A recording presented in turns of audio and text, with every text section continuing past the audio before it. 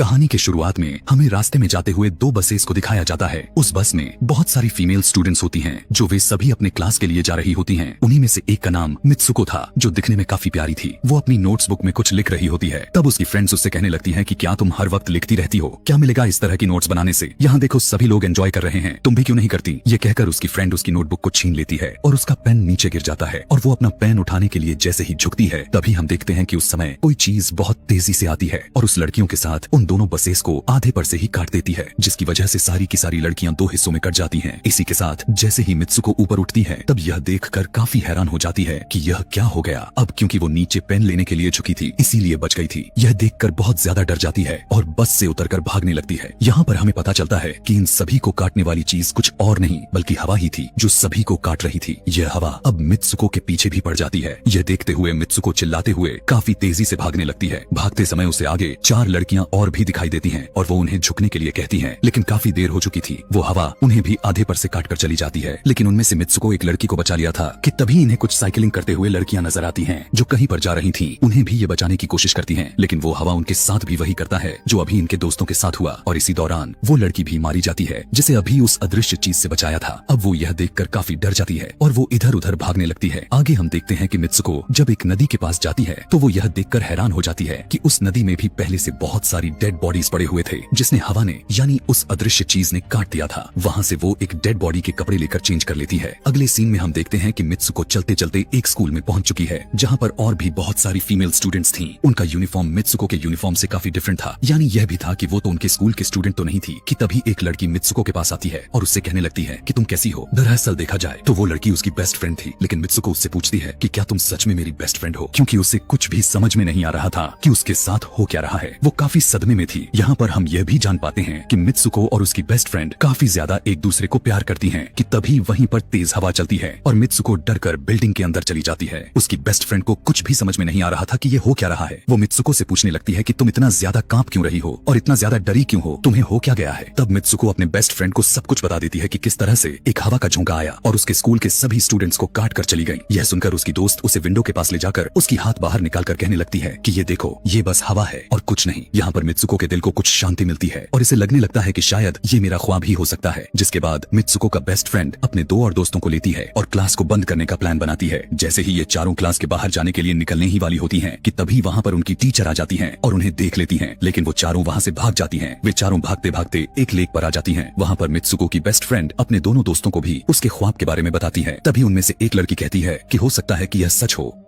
जैसे mirror world होती है जहाँ पर इस दुनिया से ऑपोजिट यानी उल्टा होता है। यह कहकर वो तालाब में एक पत्थर फेंक कर कहने लगती है कि देखो, यहाँ पर मैंने तो पत्थर फेंका है, लेकिन हो सकता है कि दूसरी दुनिया में मैंने ऐसा ना किया हो। कि तभी अचानक से उस तालाब में से एक क्रोकोडाइल निकल कर आता है, उसमें से एक लड़की को खा जाता है। फिर वो लड़की कहने लगती है कि देखो, मैंने कहा था ना, जो इस दुनिया में होता है वो उस दुनिया में बिल्कुल भी नहीं होता, और जो उस दुनिया में हो रहा है वो इस दुनिया में नहीं हो सकता। तो इसको भी उसी दुनिया में मगरमच्छ ने खाया है। और यहाँ पर ये देखो, ये तो बिल्कुल सेफ है। उसी लेक के पास एक बिस्तर यानी एक बेड नजर आता है। ये चारों उस बेड से तकिए को उठाकर खेलने लगती हैं कि तभी हम देखते हैं दूर से दो लड़कियां इन्हें देख रही थीं। उन दोनों लड़कियों में से एक ब्राइडल बनी हुई थी, क्योंकि ये दोनों लड़कियां आपस में एक दूसरे से शादी कर ली थीं। जिसके बाद उनमें से एक फ्रेंड बताती है कि हमें कुछ ऐसा करना होगा जो उस दुनिया में इम्पॉसिबल हो, क्योंकि हमारी किस्मत तो पहले से लिखी जा चुकी है, लेकिन हम इसे बदल भी सकते हैं। जिसके बाद ये सभी लड़कियां अपने स्कूल में वापस आती हैं और नेक्स्ट लेक्चर लेने के लिए क्लास में चली जाती हैं। कि तभी मित्सुको देखती है उसके पास एक तकिया पड़ा हुआ है। अब जैसे ही वो इस तकिए को उठाने के लिए नीचे झुकती है कि तभी उसकी टीचर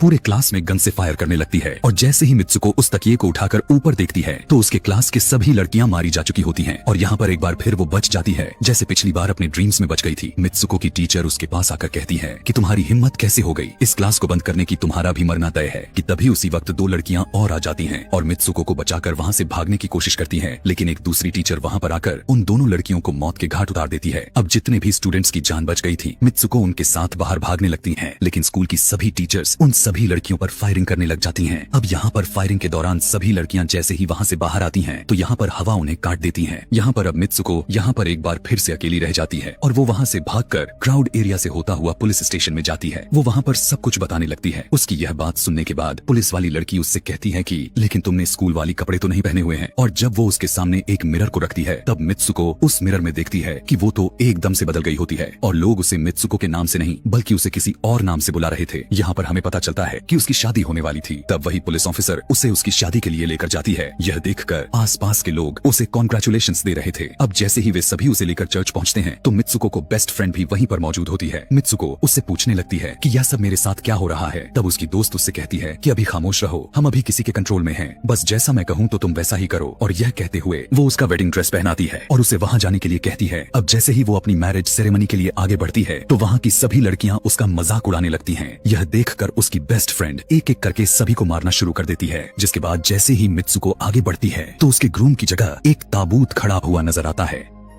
उस ताबूत को खोले जाने पर एक बड़ा पिग बाहर निकल कर आता है। मित्सुको उसे देखकर काफी ज्यादा डरने लगती है और एक टूटी हुई बोतल से उस पर अटैक कर देती है। जिसके बाद मित्सुको और उसकी बेस्ट फ्रेंड चर्च से भागते हुए बाहर आ जाती हैं। यहाँ गेट पर भी दो लड़कियाँ इन्हें रोकने की कोशिश करती हैं, लेकिन मित्सुको की बेस्ट फ्रेंड इन्हें मारकर वहाँ से भाग जाते हैं। उधर मित्सुको दूसरी तरफ भाग रही थी क्योंकि अब उसे लगने लगा था कि उसके साथ कुछ ज्यादा ही गलत हो रहा है। आगे जाने पर एक और मिरर में खुद को देखती है तो वो एक बार फिर से खुद को बदला हुआ पाती है। अब जिस जगह पर मित्सुको थी वहीं पर रेस हो रही थी कि तभी उसके पास कुछ लड़कियां आकर उससे कहने लगती हैं कि तुम तो बहुत अच्छी रेसर हो, खड़ी क्यों हो, भाग क्यों नहीं रही। और जब वो भागना स्टार्ट करती है तब वो खुद में काफी एनर्जी फील करने लगती है। जिसके बाद मित्सुको रेस जीतने की पूरी कोशिश करने लगती है। भागते समय उसे अपने डेड फ्रेंड्स भी नजर आती हैं जो कुछ वक्त पहले उसके स्कूल में मारी जा चुकी थी। कि तभी उसी वक्त उसकी बेस्ट फ्रेंड भी आ जाती है। तभी ये दोनों नोटिस करती हैं कि वही पिग और वो औरतें जिन्होंने इनको चर्च में रोक रही थी वो सभी इन्हीं की तरफ आ रही थी। भागते समय कुछ लड़कियां मित्सुको से कहने लगती हैं कि इस दुनिया से बाहर चली जाओ। इसके बाद हम आगे देखते हैं कि मित्सुको भागते भागते एक सुनसान अंधेरी जगह पर आ जाती है। वहीं पर कुछ स्टूडेंट्स नजर आती हैं जिन्होंने यूनिफॉर्म पहना हुआ था। वो सभी लड़कियां मित्सुको से कहने लगती हैं कि हम सभी मरे हुए हैं और तुम्हें भी मार देंगे। लेकिन तभी मित्सुको की बेस्ट फ्रेंड वहां पर आकर उस लड़की को मारकर वहां से मित्सुको को भगा ले जाती है। मित्सुको की बेस्ट फ्रेंड उसे अपना नाम जोर जोर से पुकारने के लिए कहती है, जिस पर मित्सुको अपना नाम जोर जोर से लेने लगती है। इसी के साथ मित्सुको अपना असली रूप में वापस आ जाती है। उसकी बेस्ट फ्रेंड उसे अपना हाथ दिखाते हुए कहती है कि प्लीज मेरे हाथ में जो वायर लगी हुई है उसे बाहर खींच दो ताकि मैं इस दुनिया से बाहर जा सकूं। लेकिन मित्सुको को डर भी था कि कहीं यह वायर खींचने से उसकी जान न चली जाए। और क्योंकि मित्सुको अपने बेस्ट फ्रेंड को काफी ज्यादा प्यार करती थी इसलिए वो ऐसा नहीं करना चाहती थी। लेकिन ज्यादा उसे फोर्स करने पर वो उसकी वायर्स खींच देती है। वायर खींचते ही उसकी बेस्ट फ्रेंड की बॉडी दो हिस्सों में बट जाती है और तभी उसी वक्त उसे एक गेट नजर आती है। उस दरवाजे से बाहर आने पर वो देखती है कि अब वो आदमियों की दुनिया में आ चुकी है। वहीं पर उसके पोस्टर्स भी लगे हुए थे जिस पोस्टर को कुछ लड़के देख रहे थे। तभी एक लड़का मित्सुको के पास आकर कहता है कि तुम फ्यूचर में हो। इस बात को सुनते ही वो बेहोश हो जाती है। कुछ टाइम के बाद जब उसे होश आता है तब वो आगे बढ़ती है। तब वो देखती है कि एक बूढ़ा आदमी गेम खेल रहा होता है और उसी गेम में मित्सुको वही कैरेक्टर नजर आती है जो अभी बनी हुई है। मित्सुको को देखते ही बूढ़ा आदमी कहने लगता है कि मैंने ही इस गेम को बनाया है और मैं ही हूँ जो तुम लोगों को कंट्रोल कर रहा हूँ। तुम तो बहुत पहले मारी जा चुकी थी लेकिन मैंने तुम्हारा डीएनए लेकर तुम्हें फिर से बनाया। मित्सुको को जब यह बात सुनकर उसे पता चल जाता है कि यह एक गेम है तो उसे लगता है कि शायद मैं अभी भी अपने दुनिया में जा सकती हूँ। कि तभी उसी समय एक आदमी आता है और मित्सुको को अपने पास बुलाने लगता है। तब वो बूढ़ा आदमी मित्सुको से उसकी आखिरी लेवल को कंप्लीट करने के लिए कहता है। वो आगे बढ़ने लगती है कि तभी मित्सुको को अपने दोस्त की कही हुई बात याद आ जाती है